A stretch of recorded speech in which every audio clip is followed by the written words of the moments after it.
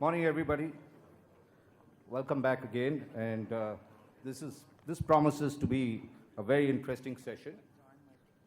The title, of course, is Creating World-Class Education in India. And we have a fabulous team of speakers here who could address the key issues. There's the Minister of Human Resources Development of India, Mr. Kapil Sibal. Please give him a big hand.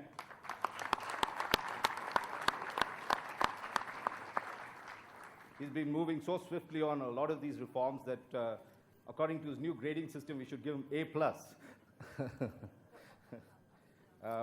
And then we have Mr. Bill Green, Chairman and Chief Executive Officer of Accenture, USA. Mr. Richard Levin, President, Yale University. Rajendra Pawar, Chairman of NIIT Group India. Shantanu Prakash, Managing Director, Educomp Solutions. Anand Sudarshan, Managing Director and Chief Executive Officer, Manipal Education, India. Ravi Venkateshan, Chairman and Corporate Vice President, Microsoft Corporation, India. And we'll begin with Mr. Sibal, as we've been discussing earlier. We'll have about 3 to 5 minutes presentation by Mr. Kapil Sibal, who will lay the sort of groundwork for the rest to debate on this. Thank you. Kapil. Thank you. First of all, I think it's a given that world-class institutions can't be built overnight. If you expect India to build world-class institutions in the next 5-10 years and think that you have matched Harvard, Yale, Cambridge, Oxford, it's not going to happen. I think we must accept that. That doesn't mean that we can't lay the foundations of world-class institutions in the next 5-10 years. We can. We have the financial ability to do so. We have the intellectual capital to do so, the human resource to do so, and the political will to do so. Now, having said that, we must also recognize the challenges. World-class institutions in higher education cannot be built unless we have a critical mass of people moving from higher secondary to undergraduate education. Because you won't have enough of a critical mass to provide the human resource to build world-class institutions unless you do something about your primary and secondary education sector. The challenge there is the following. There are about 220 million children who go to school in India. That's huge. And it's only 12.4% of them that actually reach college. So you're talking about 26 odd million people who actually reach college. The balance 194 million don't. Now that's the position today, but we are committed that by the year 2015, this would increase incrementally, and by 2020, we should have 30% of this total 220 million people moving to undergraduate education. That will give us a critical mass to actually provide the human resource for investments in the higher education sector. So that's the number one challenge. The number two challenge is that the total number of people employed in this country who are young is about 509 million. 509 million. It's huge. It's more than the total population of Europe. And about 12% of them are skilled. Okay, that's it's abysmal number. Out of every 12 million children who go to skill development every year, about 2 million there is infrastructure for 2 million to be developed who will be able to develop their skills. There is no infrastructure for the balance 8 or 9 million. So even if you were to provide higher education facilities, after you reach GER of 30%, that will take care of 66 million people out of the 220 that I talked about. There will still be a balance of 140 odd 50 million people who will never reach college. For them, you will have to provide skill development.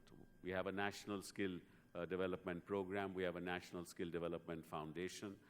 There's a corpus that goes into that.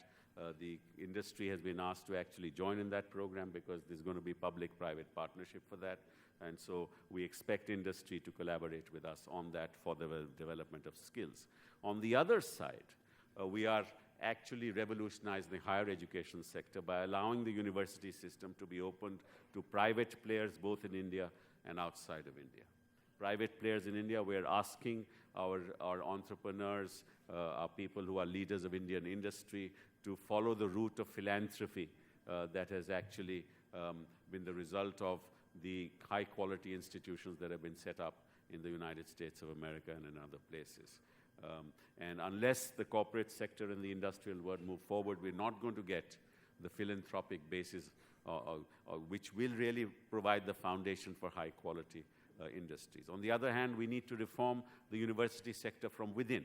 We need to allow flexibility of curricula within the university system. We need to allow flexibility of those who teach in the university system. We should allow different stakeholders, whether industry or otherwise, to come into the university system and be part of the faculty. We should allow flexible salaries to the faculty. We should allow them to make their own programs. And we should allow the university system to enter into public-private partnerships, both within and outside, so that there is enough genius that is allowed to be developed on account of the freedom that we will give them, that on the basis of which we hope to build these world-class universities. So it requires massive reforms internally.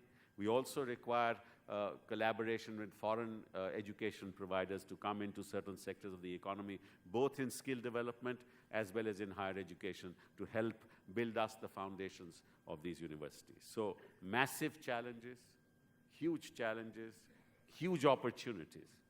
And as a matter of, and the last statement I wish to make is, the development, economic growth of any country depends on the quality of human resource in that country.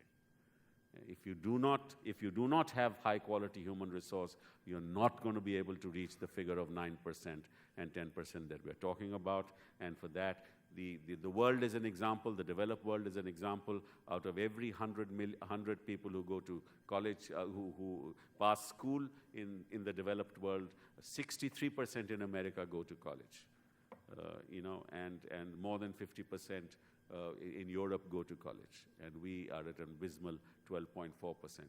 This needs to move up. If we meet that challenge, we have the wherewithal, we have the political will, we have the human resource to meet that challenge. Thank you. Thank you, Kapil. So, massive reforms, huge opportunities. I think that's the big message you're bringing. Richard, may I bring you in at this point, and what would be the do's and don'ts? Since the topic is building world-class education, what would be the do's and don'ts in the American experience that you could bring to us? Let me first of all say, The mic. the agenda that Mr. Sibal is outlining for higher education in India is extremely exciting. The light's on. Is that working? Okay, that's okay, sorry. Let me first of all say Minister Sibal's agenda, I think, is very exciting and tremendously important for the future growth and development of this great nation. Let me just make a distinction first and then give some suggestions about how to build world-class universities. First distinction is that the minister's agenda really has two distinct objectives. And to blur these would be unfortunate because it would fail in one of the dimensions. That is, one is access. One is expanding the number of students who get access to higher education from 12% of the birth cohort to 30%. This is doable. China did exactly this. It went from 9% to 23%, exact same proportion, in 11 years, from 1998 to the present. This is achievable, and I think that one of the instruments used in China was to use multiple layers of types of institutions. That's exactly what the minister suggests. Some technical schools, some vocational schools, some comprehensive universities, some specialized institutions, a combination of public and private sector investment in achieving that goal. That I think is an achievable objective. It just takes money and openness and competition and not too much regulatory restriction to let it happen. The much harder problem, actually, is to build world-class institutions because it involves a number of things. First of all, it takes time, as the minister said. Stanford University is probably the latecomer among the world-class universities, the latecomer. It was founded in 1892. You would not have put Stanford on the list of the world's top 10 universities until probably the late 1960s. So it took 70 years to get to world-class status, even in America, even with the massive wealth of the Western United States. So it's a caution.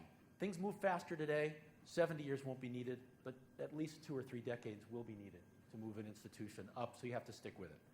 The second observation is you have to be willing to distinguish, and this is hard in the Indian political environment, but you have to single out a handful of institutions for the push and for the government support that will create a world-class institution. China made the decision in 1998 that they were going to push 7 institutions towards world-class status and target 2 of them for the top 25 in the world. It's actually working. It's actually working. These institutions are getting a lot better, and they're getting disproportionate government funding. This is, I recognize, much harder for India, but you have to look closely and figure out a way to let that kind of thing happen. Differentiation. You have to pay competitive salaries. There's an immense pool of talent in the Indian diaspora around the world. To get these people back, you have to be willing to break the sort of egalitarianism in the pay scales and really go after the stars and lure them back here. You need to fund research on a strictly meritocratic basis, not block grants to institutions, not seniority-based funding as they do in Japan, but you have to basically support the very best through peer-reviewed research grants, usually on an individual or team basis rather than going to a whole institution. India's made a start on that. You just need to just fund it more heavily. The structure is actually in place here. And then finally, you need to integrate the research institutes where so many prestigious scientists sit with the universities. Germany, which had the greatest universities in the world up through the First World War, up through the Second World War, really, completely destroyed its system by creating the Max Planck Institutes, which took all the great researchers out of the universities and put them separate where they don't educate students, except at the advanced graduate level. The model that has worked at Oxford and Cambridge, at the US, is to integrate your top quality scholars with the rising young people. Those are my suggestions. I wish you great luck.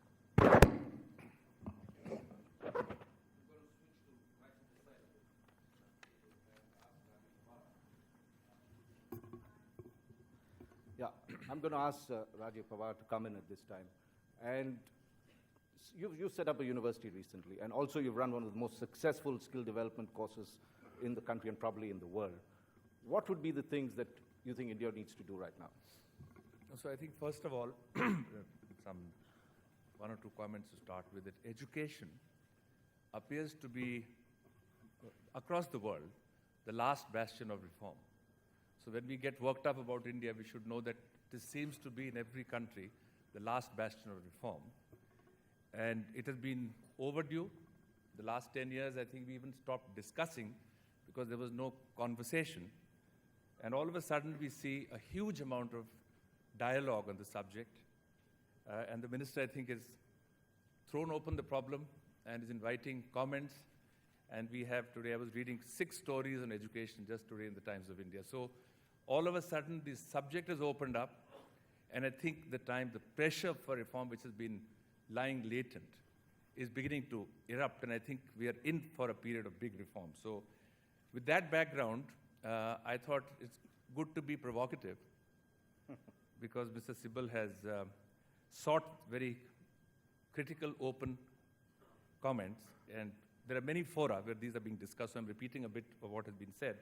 But I see 3 defects which we need to fix. The first of all, I will call as the structural defect, which means if I drop out in class 10 in school and go to do an ITI program, I can never for the rest of my life get back into college. Never. Or if I get into a stream, if I did biology and didn't do maths in school, I can't move into a BTech program. So there are these rigidities and disconnects which are structural, which are solvable, and therefore mobility of the individual seems to be unimportant in our whole system. Those paths seem to be very important. So individuals get thrown off and spewed off many different places and get lost. So building mobility, which is central to a student, so a student can carry their learning of class 8, of ITI, into a college, into something at work, and earn their educational credits and choose the path they want. That's the first defect we have to fix. And that will happen through mobility, a general solution, but we can talk more in the Q&A part. The second defect is the governance defect, in which I want to touch on two things. For very good reasons, government has been the main deliverer. And all over the world, the government continues to be the main deliverer of education. Now, the problem is when the deliverer is also the regulator, then two things happen, which we are seeing. One is anything happening outside the governance in a government delivery system is not even acknowledged, its existence is not documented in all the analysis which feeds policy planning. So all that exists in the public policy framework is the government delivery system, and the regulator, being subservient to the governance system, reports it in an incorrect light. So we get a view which is more accurate than reality. These little zones of excellence also don't get thrown up, much like the weaknesses don't get thrown up. We get an average picture, and the average picture tends to be, things are generally okay. So this is one fundamental problem, and I know already that the government is thinking of taking the regulator out. As a country, we are beginning to see the benefit of independent regulators, and I think there's a concrete proposal. So need an independent regulator, and I know that the minister is already working to make this happen. The second is the absence of the market principle. And I'm not talking of market forces, e.g. for-profit. I'm talking of the market principle, which is that demand has to meet supply, supply has to meet demand in a transparent way where the beneficiary has a stake and a role and a say. So what it would mean is the entry and exit of players should be more free. The offerings they give, and I think Minister alluded to that, what to deliver and what to teach, the institution should have a much bigger say, the delivery institutions, rather than the hierarchies and structures above them who are far away from the market. The cost recovery mechanism should be free, and the compensation mechanism for salary and so on so should be free. So the market as a regulator is a concept. One is, an independent regulator for governance, accreditation, and all of that, which will build some structures for quality. But the demand supply, what to teach, is a market phenomena. And what prices to teach at. Today in this country, I just want to say the market is at work, but illegally. It's at work illegally.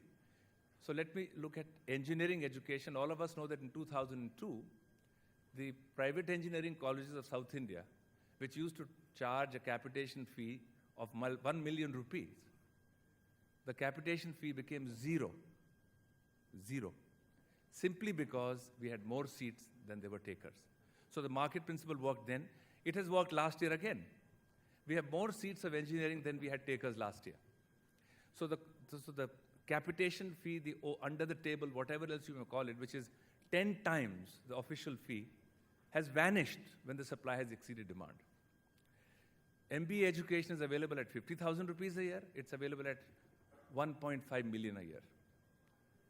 That kind of multiple. So there are, if I may use the term, there are different offerings which different people who can afford will take it. But all this is official, unfortunately. Medical education, which is restricted, a 3 years master to become a dental specialist costs 2.8 million rupees, mostly unofficial, simply because the supply there is very highly constrained. So I want to say that the market as a regulator is an important issue, and I'll come to the third defect, which is the funding defect. So this year, this plan, the government has become very ambitious and said the capital funding from the central government for higher education goes up 10% in this plan, 10 times, over the last plan. And yet the Planning Commission said this is about 1/10 of what we need. So huge step forward, but a much bigger gap in front. This is a reality. Today we are dealing with this reality and coping with it with largely government funding. some amount of philanthropic funding, and some amount of what I will call as grey funding, which is the 28 lakhs being given unofficially. So these are the three components. And I think when I talk of funding defect to be cleaned up, the question really is, how do we, the government is spending more, but we need much more. The philanthropic, not-for-profit players are spending a certain amount, but their hesitation is because of the earlier two defects, the structural defect and the governance defect. If we correct those two defects, this part of funding can improve 3, 4, 5, 10 times. I don't know, maybe. My view is even then we'll be very short.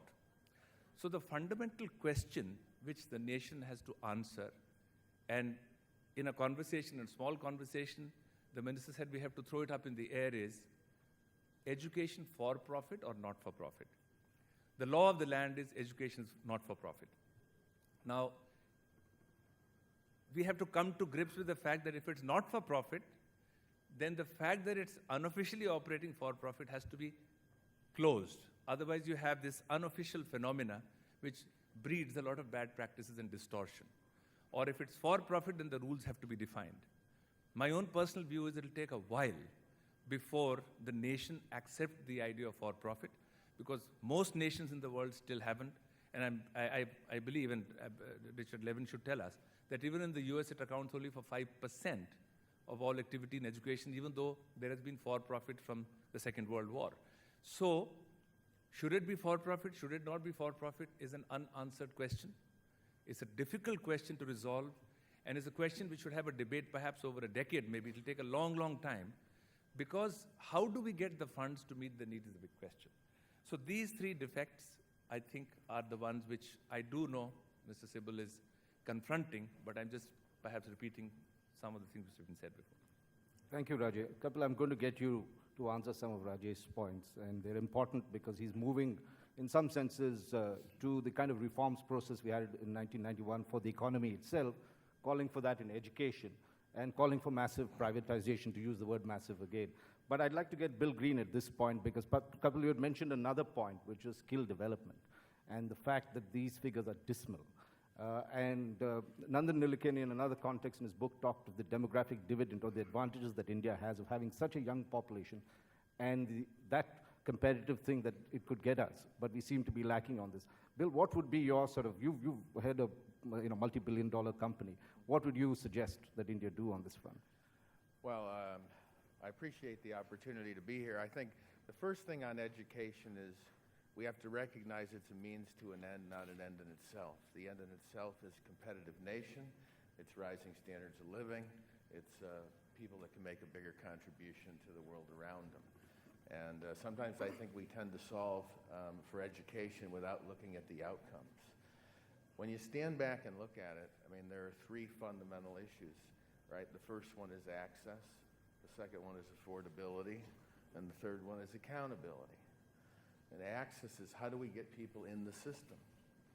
And how do we have a system that has a delivery mechanism that reaches out to where the people are, right? And there are huge challenges around access that we can solve. We can leverage technology. We can build networks like Community College network in the United States. There are a lot of things we can do to improve access. As it relates to affordability, I think every country struggles with what is the proposition for people to be educated. Whether it's for-profit, not-for-profit, it doesn't matter. It's an investment of time if it's not money. And how do we get young people to see that there's a value proposition for them to invest their time in being educated? And I think we have a long way to go to not only educate, but as I say, energize and inspire. Because without motivated learners, none of the investment we make in education serves us well. And in order to get motivated learners in all parts of the country, we need to energize them and inspire them about possibilities. And I think that is incredibly important. And the third thing has to do with accountability. We need to start measuring our education systems on outcomes straight away. And whether it's the supply-demand balance, in other words, we're training people to do what we need them to do, whether it's making sure we deliver good value for money, At the end of the day, it's whether it's making sure we're creating a workforce that has the skills. And we also need to be very careful not to get distracted by, we do need world-class educational institutions. But we also need to raise the water table in the tank. And world-class educational institutions are incredibly important, right? And they create a lot of buzz, right? But they educate in a vertical slice. And we really have to educate in a horizontal slice, right? We have got to raise the water table in the tank. And what does that mean? It means analytical skill, good judgment, and the ability to communicate. The jobs of tomorrow require analytical and communication skills regardless of what they are. And so I think we have to not lose sight of that. What are we training people for? I guess the last thing I would just mention is this. I lead a commission in the United States that's tackling, frankly, the same set of problems. Yes, the statistics are different, and yes, the numbers are smaller. But it's no different. And if you look at the United States, we need to overhaul our delivery system of education. There's just no question about it. And I guess I would have one final word for companies. All of us who lead companies have programs around corporate citizenship. And we do a variety of things to help in the communities in which we work and live. In our company, we overhauled our entire corporate citizenship agenda last year on one theme: skills to succeed. And so for the 120 countries that we operate in, we need to put our effort towards raising the water table in the tank as a company. And this whole notion of public-private partnerships, but this whole notion that the most important thing you're solving for is a competitive workforce, and the most important contribution a company can make to its community is to invest in the education system. And it's something that we feel very strongly about, and I think if industries across the globe took on that charge, we could work with countries like this to have a profound difference. Thank you. Thank you, Bill. Ravi, I'm going to move to you. Bill talked about the role of technology in transforming education. We have this unique opportunity, just as we did with the cell phones, not to go back to plain old telephony, leapfrog, go straight to the mobile phones, and create a revolution of its own kind. Is there such a possibility in education, given the sort of technology thing, that the strengths that we have?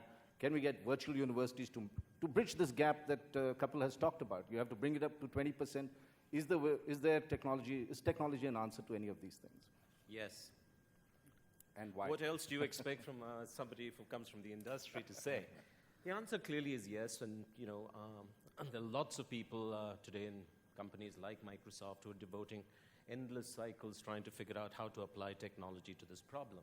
But the real problem we're trying to solve for actually is breaking this false tension or dichotomy between quality and quantity, okay? That seems to be one of the fundamental trade-offs, and the only way you can reach the kind of scale numbers that CK was talking about yesterday is by using IT. But the answer, again, it turns out to be not just simply dropping more PCs in classrooms or broadcasting lectures on EduSat and so forth. Those are necessary, they're somewhat helpful. But fundamentally, we've got to disrupt how learning happens in the classroom. And so the things that we are very, very excited about is some of the work that's happening in pedagogy in places like Carnegie Mellon or companies like Pearson Learning. And so there, what people are doing is taking advantage of computers to improve the engagement between teacher and student, between students themselves, so that they can discuss topics in real time, so that you can have little simulations as subjects are being taught, continuously having as mini assessment of the student, where are they learning, how are they learning, providing feedback, etc. And there's some staggering results from this kind of work, okay? For instance, for a hard statistics course, they found that using this kind of blended learning technique, online, offline, a group of students was able to get to the same level of proficiency in about half the time. Also, interestingly, using a pure online method, they got to the same sort of outcome levels as the offline, the classroom conventional method. So I think technology plays a very, very important role. But fundamentally, Raj, I think there's a more important question out here. It's about moving from debate to action, moving from discussing what to how.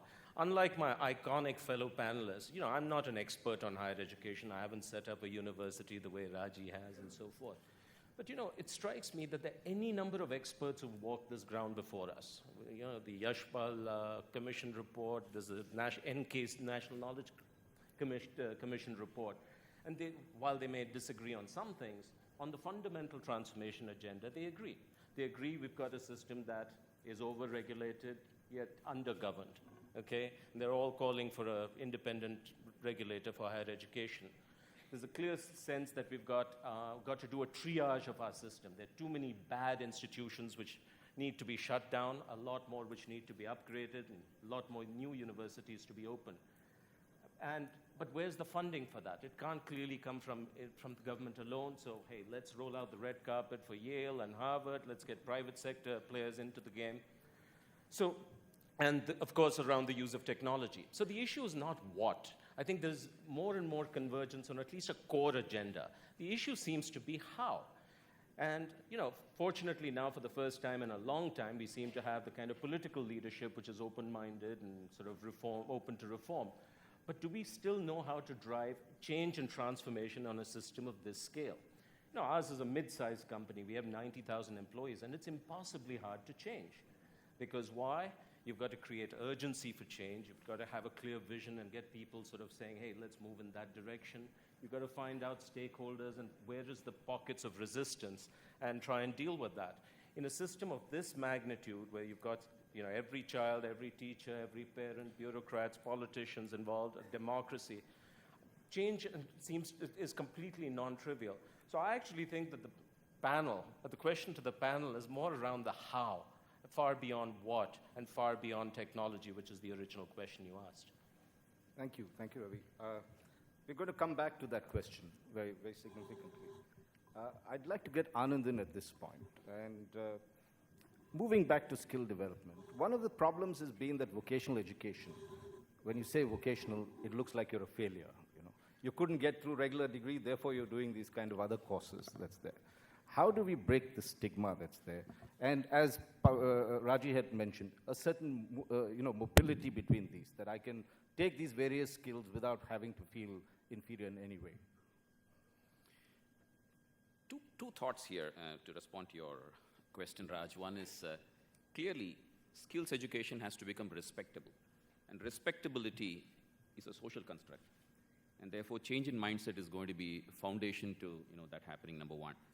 And second is employer-centric. When you therefore ask for employment or look for employees, the more you demand that they have certain types of skills rather than just degrees, you're automatically going to bring in the economic angle to it, and therefore a combination of both is going to make a big difference. But let me just roll back and just touch upon 2 or 3 points, and particularly taking on from what Raji had talked about. To me, the biggest problem that we face today when we keep talking about education reforms and all of that is a temporal problem. We don't have time. We are in a situation today, India is in a situation today where both from a social and an economic perspective, if you have to talk about the significant change, we really don't have time available. We talk about demographic dividend, we talk about aspiration levels being built in youngsters in India, but the transition time from aspiration to desperation to despondency is actually pretty quick. And when that happens, we get into all kinds of social issues that we are able to today see in pockets of India. And therefore, it's time to walk the talk rather than keeping on doing talk the talk. I think that's one big point that I would like to place on the table, number one. Number two, a lot of our, and going back to the topic about mindset, a lot of what we talk about is predicated on what we have held dear since the last many years. Not much of it is predicated on what needs to be done for the country, perhaps, going forward. And therefore, some of the values that drive our thinking perhaps need to be enhanced, perhaps other values needed to get added on for us to be able to arrive at a solution. The other point also is that, Professor Levin talked about world-class universities, and to me, education is layered. There are multiple rungs, and there are layers there, and there is excellence to be discovered and implemented in each layer. we have this habit of perhaps excessively focusing on the IITs and the IIMs, the capstones of our Indian education, higher education system. And perhaps what really needs to be done is to recognize there are multiple rungs, and that's the point I think Raji was making as well, and then look for excellence and look for quality across each rung, and make that as an anchor of conversation as well, rather than this excessive amount of focus. And yesterday, Professor Prahlad was talking about discovering diversity in India and celebrating diversity in India. And to me, I submit that this is one other dimension of diversity in India.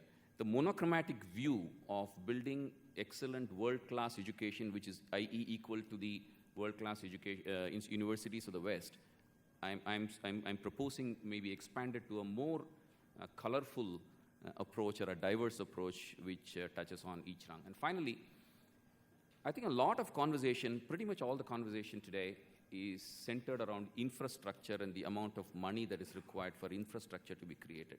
I'm not even touching on the point that Raji did, which is in terms of where is it going to come from, and so on and so forth. And I'm again submitting that we have to equally move away from being exclusively focused on infrastructure to start talking about the individual.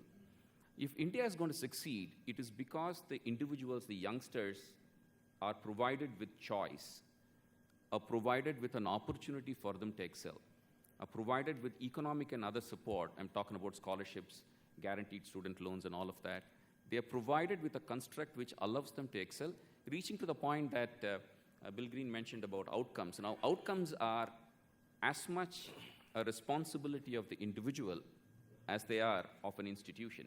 And at the end of the day, the employer, i.e. the Accentures of the world, are actually going to be hiring individuals. So unless and until the conversation steers away from being almost exclusively focused on infrastructure to something which is a lot more broad, where the individual is celebrated, I think we are going to be. So these are two, and India loves dichotomy, right? So there is a diversity part, and there is the individual part. I think we need to be able to hold both, equally and approach it equally.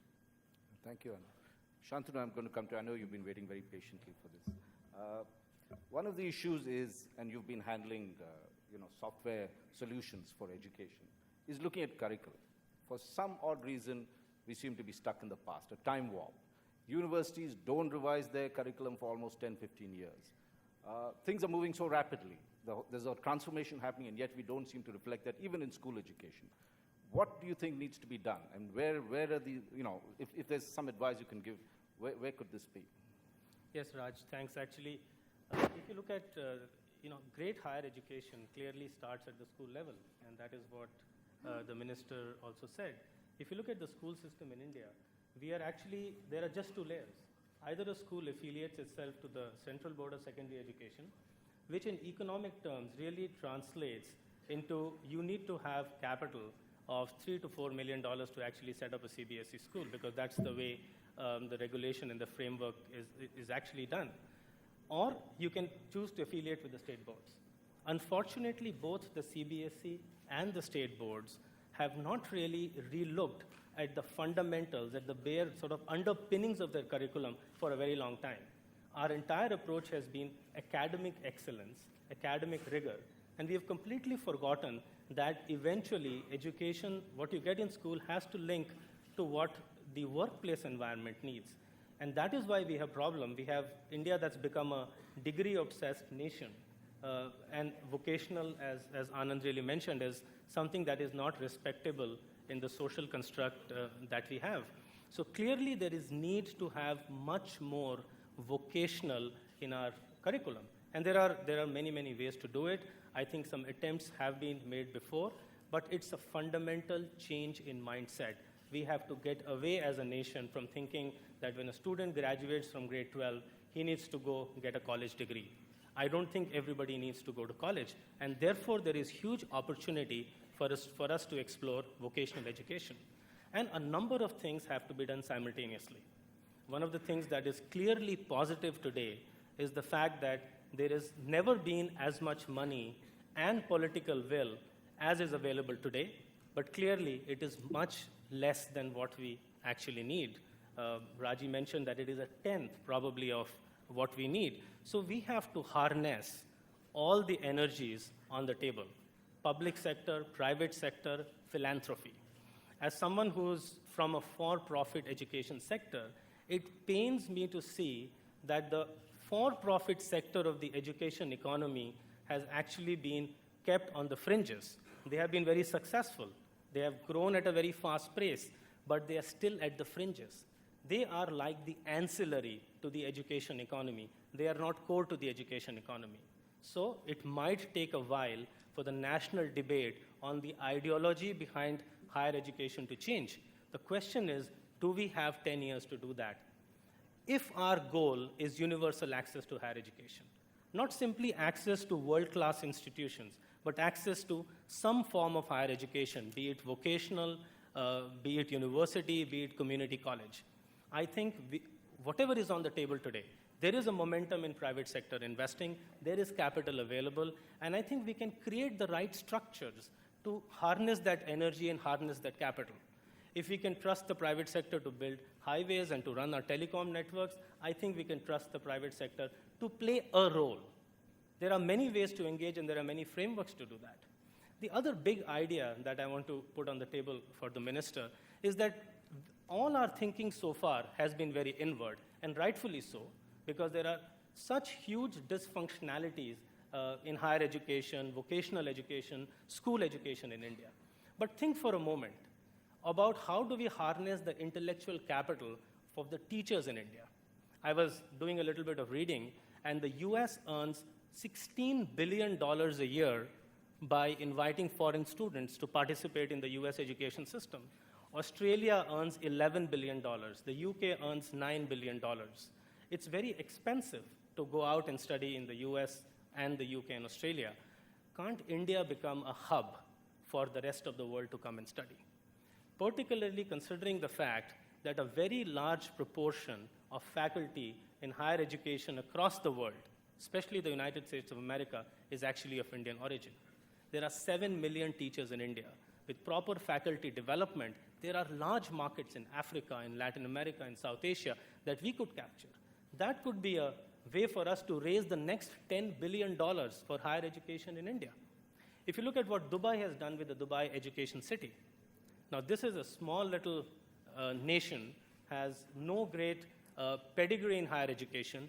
There are 30,000 foreign students that study in Dubai today, and there are 32 international universities that operate there. Can we perhaps think of a special education or special economic zone for education, where in that limited area, you relax some of those laws of capacity control, laws of price control that have been really stifling entrepreneurship in private education in India? I think there is a clear opportunity to do that in the context that if we have to get the private sector engaged, there are perhaps many different ways to do it, rather than a binary view saying for-profit or not-for-profit. Thank you, Shantanu. I think you've raised some very important issues, particularly the ideological questions. I want Kapil to come. I know, Kapil, you've got a whole lot of pointers that have been put forward by our speakers, but one was this answer to this for-profit, not-for-profit. Where do you stand on this? Second, of course, as Rajay pointed out, the entire business of privatization. How can private companies or corporates be involved in education in a large way, not illegally as it's there, but officially, and participate in meeting this demand gap that is there, or supply gap, really? Let me just try and answer the question of for-profit or not-for-profit, because I think we must understand conceptually what we should understand by what for-profit is. One way of looking at it is that a corporation which is listed in the stock market, invests in education, and then through education pays dividends to its shareholders. If that kind of setup is allowed in the education sector, my position is no. Okay? That doesn't mean that there should be no surpluses in education. So you must make a distinction between profit and surplus. If profit means giving dividends to shareholder from fees paid by our parents of children for getting school and college education, I think that's the wrong way to go about it. Nowhere in the world does it happen. Okay? People don't earn money from fees. And if the stock market goes bust, you can't allow institutions to go bust. So I think that's a risk that no nation can take, number one. Yes, The private sector should be allowed in a big way in the education sector, both at higher education and at school education level, and should be allowed to make surpluses to invest back into the education sector. I don't quite agree with Raji's proposition that, the market itself will ultimately determine which institutions will survive, which we don't. Because education is not something like, setting up a company and having it wound up. We can't wind up institutions in this country. So we cannot allow education to be subject to risk factors, which are acceptable in normal commercial enterprises. So my position on that is quite clear. I think Rick made a very important point. And I don't quite agree with that we shouldn't concentrate on world-class universities and we should really look at levels of excellence at different levels of education. I think, what do world-class universities do? We must understand that. World-class universities create national wealth. World-class universities cross the boundaries that are required to be crossed for the innovations and inventions of tomorrow. They become the leaders of knowledge, and therefore that exponentially results in creation of wealth as you move on. So we need and we must have world-class universities. That doesn't sort of take away from Bill's point that the water table in the tank must rise. We can't say we'll only have world-class universities, but we'll do nothing with the other universities that are out there. We must bring up their. And in order to do that, I go back to Raji's point, we must allow flexibility. We must allow flexibility within the student community. I would like a class 12 student who has got vocational training to go to, say, a polytechnic and move back to academics if he so wants. We should allow that cross-fertilization of disciplines and ideas. And that's absolutely necessary. We must move the government away from regulation. We're already putting in place such a law, and hopefully that will be passed soon. And the regulator must not be composed of government nominees. It must be composed of experts in the field. And those experts should be nominated not by government, but by a collegium of experts, which has nothing to do with government, so that there is transparency in the process. So those are some of the questions I wanted to answer. A couple of other things. Vocational training. I think that's exceptionally important. Let me give you a figure which will surprise you. Of the 9 million people who are in the workforce, 70% of them haven't got primary education. So you're talking about 300 million, 50 million people who are not educated at all. What skill development is going to take place? So we need to set the school system right. We need those people at least to pass class 8, class 10, then move on to vocational and skill training. So unless you solve that problem, you're not going to get the numbers that you're talking about. And, Venki, you're not going to solve that problem through computer courses because they haven't been to primary school. Right? So you need to actually get that right. Now, what you're talking about will help at the higher level of education, right? Technology will be extremely helpful in, amongst college graduates who have the requisite knowledge skills. But as I said, that's only 12%. So we need that critical mass to move up to 30%, which is what I said in the beginning. So I think all of you have made some exceptionally valid points, but the most important point is we have no time. That's what you said. We really have no time. And when people ask me this question, why are you in a hurry? I always say, this should have happened 15 years ago. Well, we should I'm have not had in you, a hurry. Kapil, 15 years back. Maybe that would have made a difference. But I know Richard is on his way out. Kapil, may I just... So I was just trying to respond to each of the speakers. Sure. No, and I think each of you have made very, very valid and I think you've given sweet music in the process to a lot of them. Richard, before you leave, I know you've got to go at 11:30. 2 points. One, of course, is looking at how America addressed this profit, not-for-profit question. How did you all do that? If you can, And second, there's been this talk, I quickly want to get you in on this foreign university bill that we've been proposing. It's supposed to be passed by Parliament and get into law. What would you like to see that? What would it take for Yale, for instance, to set up a campus here on this? Okay. On the for-profit versus not-for-profit issue, there are a few. Your mic, for- I think. Yeah. There- Your mic. It's speaking to on. you. Oh, I mean, the light's on at least. Does that work? With respect to for-profit institutions, there are some in America. They do. Actually, the most successful have done sort of mass education on the internet at this point, and there are for-profit vocational schools, quite a lot in abundance. None have risen to the competitive quality levels. They serve a mass market. They do some good, and the best of them are actually serving a good function. So I wouldn't, out of ideological commitment, rule them out as a solution to some of India's needs. But I do understand the minister's point of view that in this context that might not be for now the best way to go. With respect to enticing foreign universities to come set up shop here or form partnerships with Indian universities and schools at various levels, I think it's good to be open to that kind of influence from institutions abroad. I think you'll be disappointed if you think that the very top schools in the world are going to come and set up full-scale comprehensive universities in India. I don't believe that will happen because the requisites are just too daunting, I think, to be taken on by an institution of our type. And as I said, it takes a long time. So the great universities are unlikely to dilute their brand by starting with a comprehensive approach without a faculty of the quality that we have now. The real measure of what makes a world-class university is the quality of the faculty, and are they leaders in research? Are they the leaders in the world in the research in their field, and are they the ones driving innovation of the sort that builds wealth in the economy?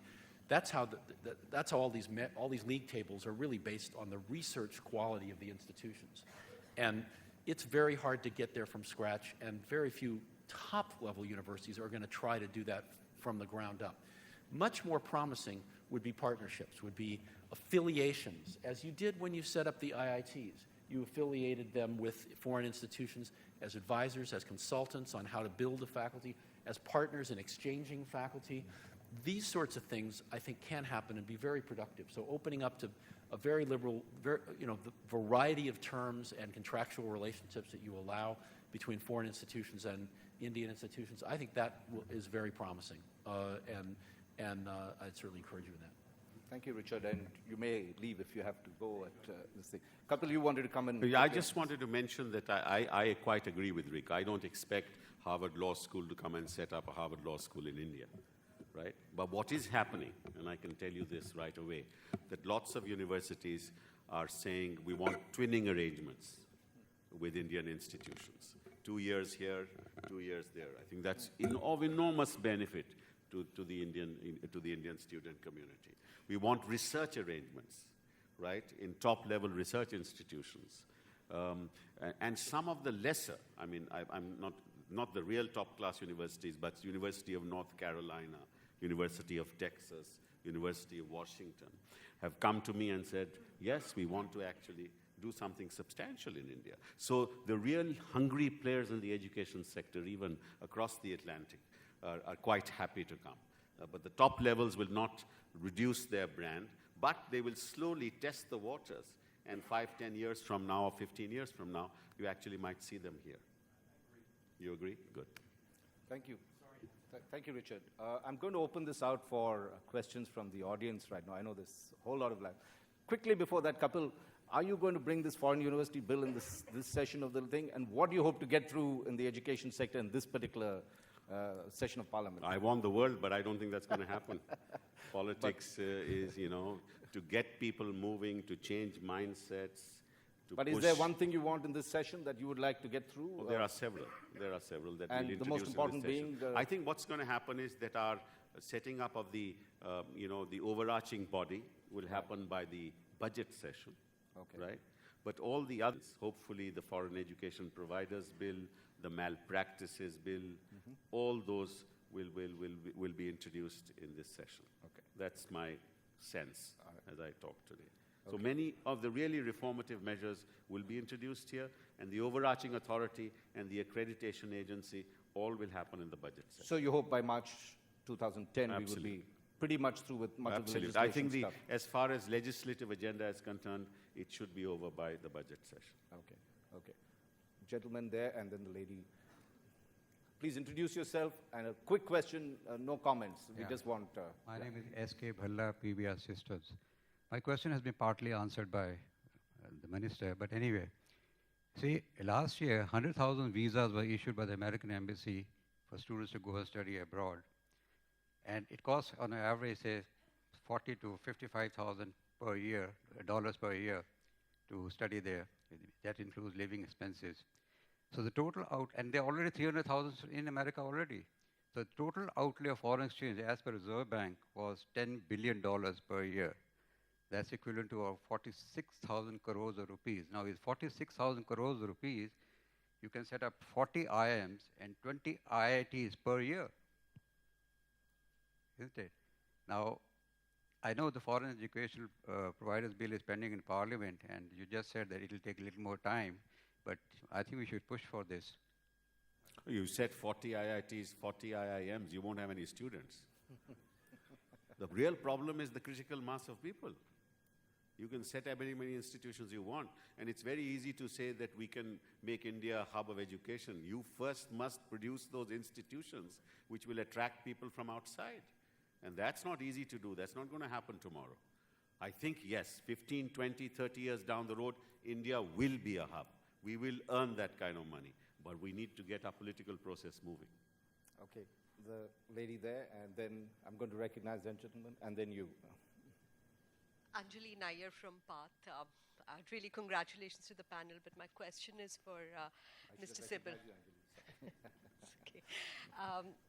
I'm glad you mentioned the numbers, the school dropouts, and that's really where we have to reach, and the numbers that won't be there even if we set up the institutes.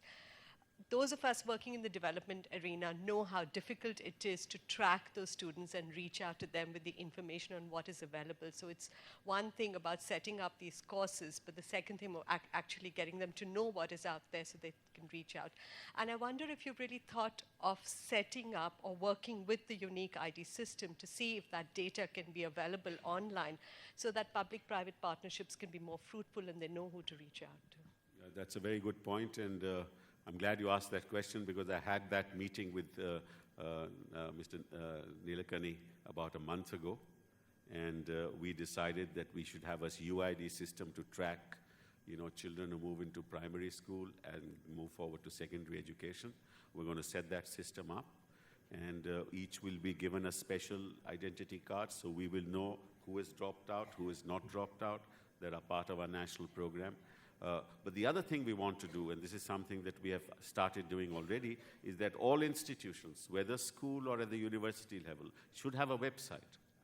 That website must tell the world what their infrastructure is, what their faculty is, who teaches what, who is located where, and that will bring transparency into the system, and we'll get rid of the kind of people who set up institutions in one-room shacks, both at the school level as well as university. And that is going to be part of the law. If anybody does not set up a website, it'll be an educational malpractice, and we'll deal with him and take away his recognition.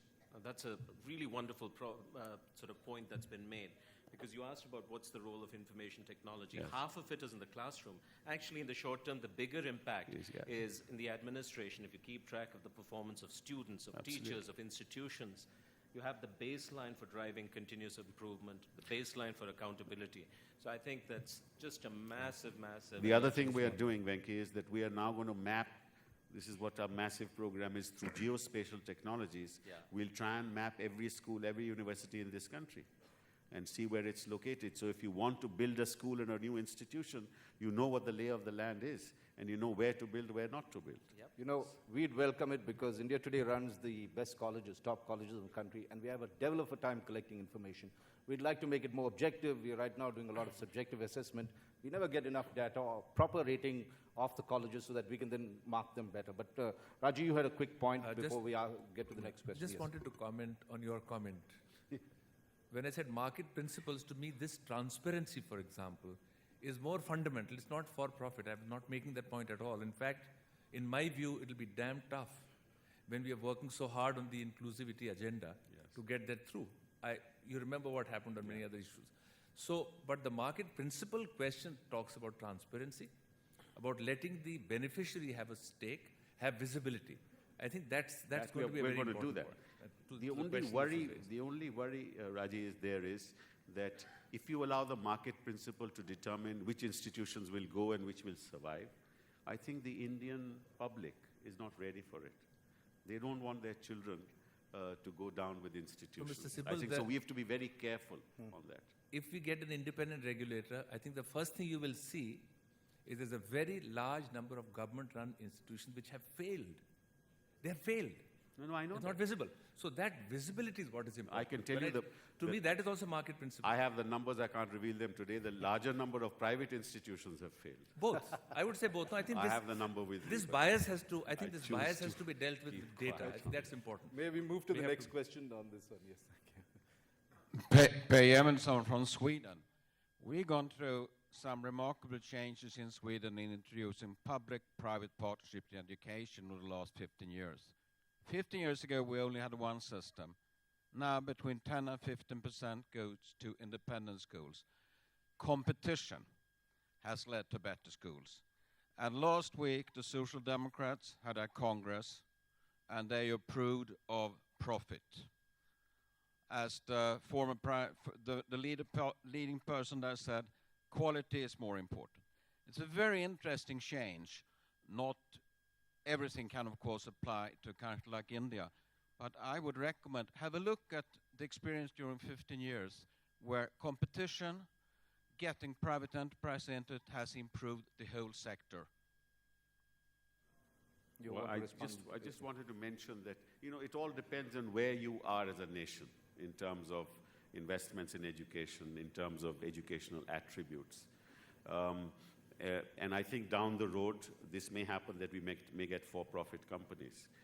But I don't think, you look at the school sector in our country, 93% of the school sector is publicly funded. 7% is privately funded.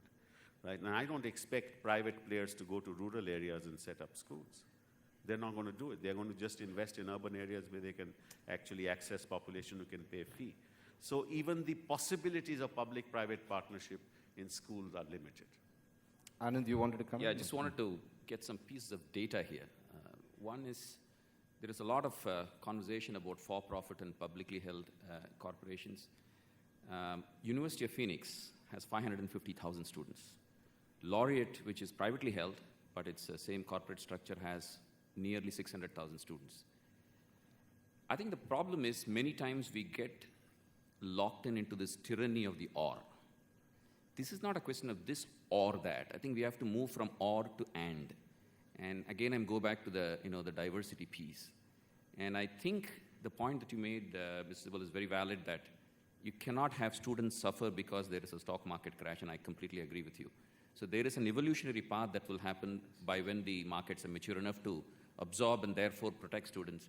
But that path has to be clearly defined and not based on prescriptive models of the past. I think that's really the point. Two things are happening, and I just mentioned that to you, that even in the present system, you are now having self-financing courses where people are making a lot of money within the university system even today.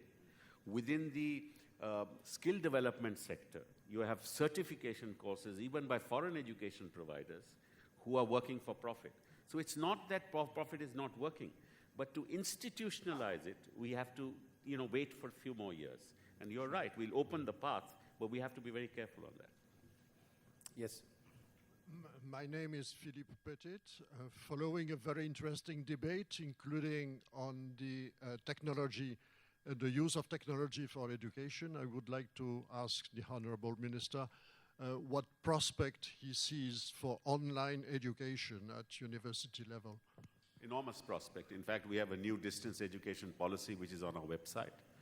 And I think that a lot of the certification courses should be done online. A lot of skill development can be done online. Nowadays, you have technologies by which you can actually work in the lab online, and we have developed some of those. So there's enormous potential for that. But I wouldn't like to give LLB degree only online, or I want a degree in biochemistry only online. So some disciplines will have to be excluded, but there is enormous opportunity. And particularly at the skilling level. At the skill level, enormous opportunity.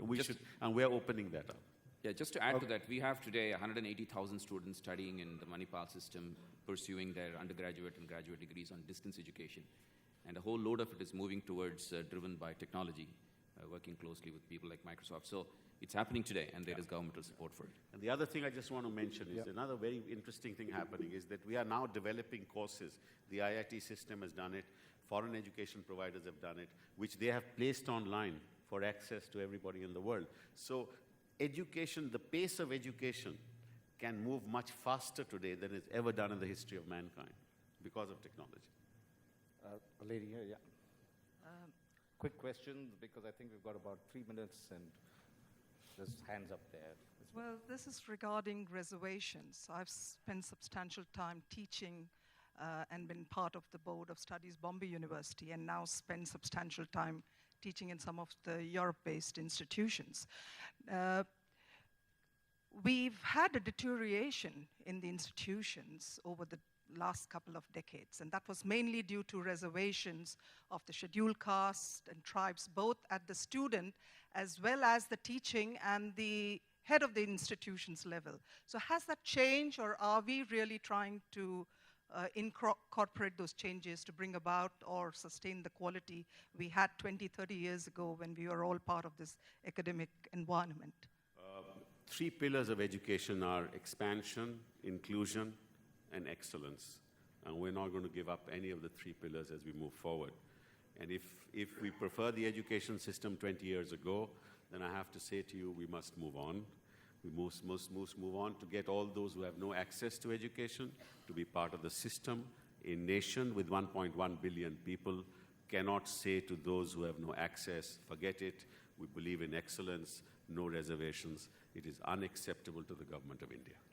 Last question, I'm just going to move it right back there. There's a gentleman who's been holding his, oops, you got the mic. Lakshman Narasimhan from McKinsey. This is a question to the minister. I was wondering what your posture would be to children with special needs and how we are thinking about that, particularly with regard to all the legislation that's planned over the next year. Absolutely. That should be part of every legislation that is introduced in Parliament. In fact, we are going to amend further the Right to Education Bill to bring in certain disabilities which were not part of the bill. And it should be part of infrastructure, and it should be part of faculty. Quick question to this. Yeah, that's right. And then that's it, I think. Thank you very much for giving the last question. Sachin Dogal from Niveo. So it's a common fact that startups are innovators in different spaces of industry. Question for the minister, where do you see startups embracing with government to innovate in the space of education to create potentially discontinuities so that education can go out to the masses? How do you see the government interacting with startups as opposed to large established players? I don't quite understand the tenor of the question. What kind of startups are you talking about? Startups in the education space. So young companies that are trying to create online education but are not established large players. How is the government looking to interact with them? I think you have to come with a proposal and we look at it. But you're free. The sector is free for any player who wants to be part of the sector. You want a project, certainly you come to us and we'll deal with it. Bill, do you want to come in at this stage and the final stage and talk about what corporates can do? Yeah, I think there's a couple of things. I mean, it's an interesting discussion about the sausage making, if you will, the how. The fact is, this country has probably the best reputation for talent of any country on the planet. That's just a fact. So you start with an exceptionally good hand. Industry also knows that the companies with the best people win. And talent is a global commodity. And we are going to go find talent to serve our customers where that talent is.